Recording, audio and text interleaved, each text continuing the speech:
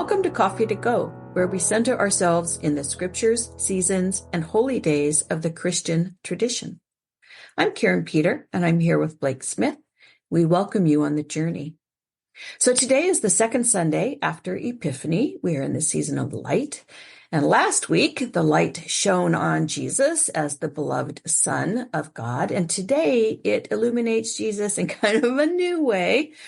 And so when we ask ourselves, where are we with Jesus this week? We are actually in Galilee. Jesus has traveled there and us with him.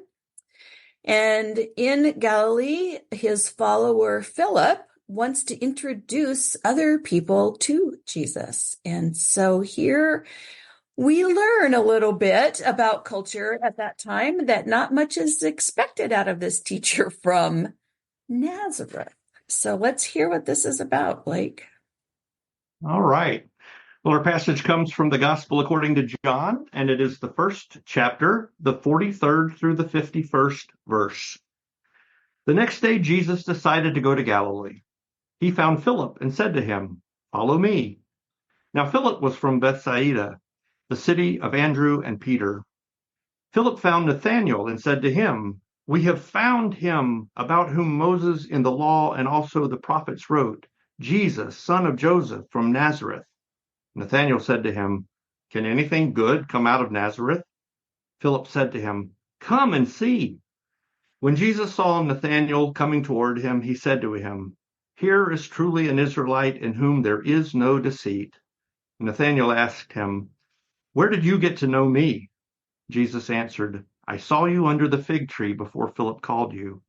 Nathanael replied, "Rabbi, you are the Son of God. You are the King of Israel." Jesus answered, "Do you believe because I told you that I saw you under the fig tree? You will see greater things than these." And he said to him, "Very truly, I tell you, you will see heaven opened and the angels of God ascending and descending upon the Son of Man." So why does this matter? There are probably groups of people that any of us might, just because of the nature of where they're from, or the way they dress, or the culture we perceive that they are from, that we might go, what do they have to offer? Who are they to say that they're the expert in this? And so here's this cold splash of water in the face of Philip, who is so excited. He can't wait to tell Nathanael that he has found the Messiah, the Son of God. And Nathanael's like, yeah, well, what good could come out of Nazareth? And so there are just a couple of things here. I mean, first of all, Nazareth, in all honesty, it wasn't a place of high reputation. And Jesus was from a poor family, and there were people who dismissed him due to his origins and his lack of status. I mean, this was, as we've said many, many times, not what you might expect of a coming king. He wasn't born into royalty. It was no big fanfare. There was just this guy that people were claiming was the Son of God. And Nathanael wasn't ready to buy into it until Jesus acknowledged knowing him before he even showed up. But I want to, just before I get to that, I want to pick up on this piece of Philip being so excited. And I think there are times in our lives when we're excited. We've had an encounter. We might be hesitant to share it with someone, but it was a meaningful experience for us that may have affirmed the presence of God. And then we share it with someone, and their reaction might not be what we hope for. And I think that is probably the case here with Philip. And so I would just say that we need to persist in those moments and acknowledge that God or Christ shows up to us in different ways. And I would even say in ways that we individually need it. And so everybody's may not believe even in a particular type of encounter. But if it is the encounter that you have experienced, don't let that cold water dissuade you from the joy and excitement that you have gotten from having that encounter, and don't be hesitant to share it. That's likely going to happen. You're likely to run into that kind of response. It might be cynicism or just outright nastiness even. So from that point, then again, we have this encounter with Nathaniel and Jesus. Jesus has to actually kind of come and talk to Nathaniel for Nathaniel to get it. And it is in a quick and simple sentence that Nathaniel's doubt and question is taken away. And it is this simple phrase, I saw you under the fig tree before Philip called you. And Karin, I know you've done a lot of work on this idea of fig tree, but one of the things about the fig tree is in this culture, in the Palestinian culture in these days, to say you're going to go and sit under the fig tree is in a way an invitation to conversation. So if you take your Talmud and you go sit under the fig tree and others see you there, it is an acknowledgement that you are there to learn and converse and to grow. And so for Jesus then to acknowledge to Nathaniel, I saw you under the fig tree. I know what's in your heart. I know that you want to learn. I know that you want to grow. I know that you are ready. And that connection, I think, between Jesus and Nathaniel really opened that doorway for Nathaniel to understand exactly the authority and importance that Jesus had, so that he wasn't just some easily dismissed individual from some unknown or unworthy town. There is really interesting, Blake, because he actually says you're a person with no deceit in you or no, evil intention in you. And it's so opposite from what Nathaniel said about Jesus at the beginning. Yeah. It's quite a contrast. Yeah. So another piece out of that is that Jesus knows our potential and sees our potential, even before we might see it. And so that's important for us to understand. Some questions we might ask ourselves, starting with this idea of there being groups of people, sometimes whole groups, or maybe just individuals. And again, maybe because of a characteristic or where they're from or the color of their skin or what we perceive to be their lifestyle, we might ask ourselves, when have we dismissed someone else without taking the time to get to know them or understand what they bring to the table? And when have you felt looked down on due to your circumstances or status or place of origin? Those are some important questions. It's kind of a two-way thing, because I know that we all experience that as well, the side of being looked down on. That kind of helps for me. I think when I'm able to think of those times, it helps inform me about how I feel and makes me less apt to do that to someone else. Yeah. So another question, when have I had an encounter with the Spirit or with God or Jesus that I really wanted to share with someone, and then did I share it or was I afraid to share it, and why?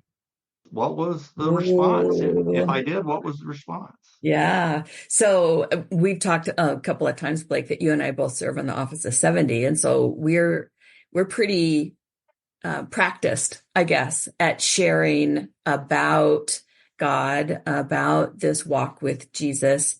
But even as practiced as we are, I still feel that sometimes. I still sometimes hesitate because I'm not sure how my words will be received, or I'm super careful about how I word it, right? So that nobody takes offense. And I don't want to be confused with this kind of ugly Christian discourse that's out in our society. And so I back away from saying some things that I might have said before. So yeah, it's an interesting reflection question. So here's a quick confession for me. I moved into the home I'm living in now about 3 years ago, and it was well into a year before I allowed the conversation between myself and neighbors to go far enough to talk about what I did. Because I wanted to get a feel of them first. Because I have been in places where, I was rejected. I feel like once people knew what I did, they were like kind of avoiding me. And so now I'm, even as a full-time, long-term minister, a 70 in the church, I still have times of hesitation. That's because just human. Yeah. So the last question that I think we might consider this week is what potential might be seen in me that I have not yet acknowledged myself. Yeah. What did Nathaniel discover about himself? What can we discover about ourselves that Jesus illuminates in our lives? Yeah. So I was giving some thought to that, Blake. And so I had a conversation with my dad several years ago, and he didn't want to continue the conversation. He told me that from his perspective, I no longer valued his opinion. And he said that because of our radically different political perspectives, just like many families are experiencing today. And I was really caught off guard by that because I do value his opinions and insights, just not his political ones. and I try to make a point to name that. And I did at that moment. I made a point to name what I valued right then. So he knew that I was not dismissing all of his opinions and ideas and insights and wisdom that he had. Just in the political realm did I disagree with him. So from that experience, I would say this week, friends and listeners, listen for the goodness in others and make a point to really try to see past the things that annoy you or divide you and look for what has value in that person and even what denotes the potential you see in them, and name it. Say it, share it, offer that as a gift to somebody else this week. All right. Today I'm going to offer the closing blessing before Blake signs us off. And it's a little bit long, not too bad, but it comes out of blessing. Let's see, it comes out from Ash and Starlight, Prayers for the Chaos and Grace of Daily Life, by Ariane Braithwaite Lane. And it's called When I've Been Running from What God Asked. So I think it kind of fits a little bit what might have happened after Philip and Nathaniel. But let's see. When I've been running from what God asked. Patient one, I can be so reluctant, so resistant. I can hear your call and flee in the other direction. I can receive your vision and hide from its hope. I can see your sweet grace and then whine that it's not fair. I can stand so ready to judge those around me when my ground is no higher than theirs. And then, patient one, you come again. You come to my fearfulness, arrogance, and boundary lines with your mercy, compassion, and steadfast love. You come to my small vision with an eye, a word, a touch that can swallow the universe in love. You come and share how forgiveness is always an unlocked door. What lies behind it might be unexpected, but it promises to unbind my hurt with welcome, strength, and affirmation. You always give me a chance to change, as many chances as I ask for, and more. So, patient one, please restore in me some love, trust, and hope, a clear picture of what my life might look like if everyone were a sister and brother, because they are. Open my relentless grip on what I've always known and been, that I might embrace the calling before me here and now. I wasn't liking that too much at the beginning because I was seeing myself way deep in that. But I love the blessing. I love the blessing and the request. So thanks for that, Karin. It pulls it out at the end. Yes. I was starting to sweat a little bit. Well, thanks for that, Karin. And thank you to all our listeners, as always, for joining us here at Coffee to Go. We invite you to join us again next week for the next part of our journey through the liturgical seasons and holy days of the Christian tradition.